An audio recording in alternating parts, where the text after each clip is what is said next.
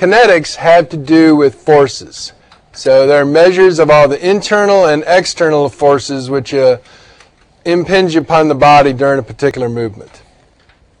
Okay? Kinematics have to do with pure measures of motion without regard to forces.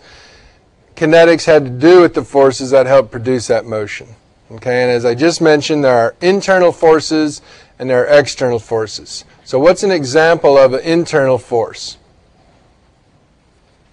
What are internal forces, or where do internal forces come from that are going to affect how I control my movement?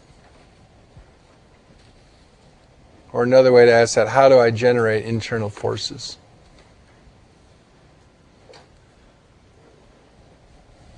How do I move? Through muscle contraction. Right. So the most obvious way that I generate internal forces to control motion is what? I contract these little things called muscles. And when they shorten, then my body segments will move because their bones are attached to tendons, etc. Okay, so the major bulk of the internal forces that a motor control system has to deal with are generated by muscle contraction. So what's another set of forces that are generated during motion, that are internal to the body, or as a result of actions I perform?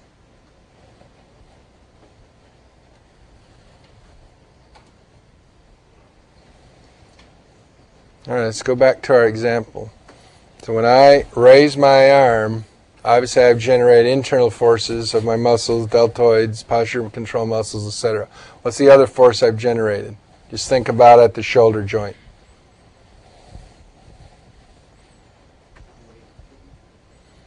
You can think of it that way. I mean, you need to account for that. That's not what I'm trying to get to. What are reaction forces? Those of you who have taken Intro to Physics.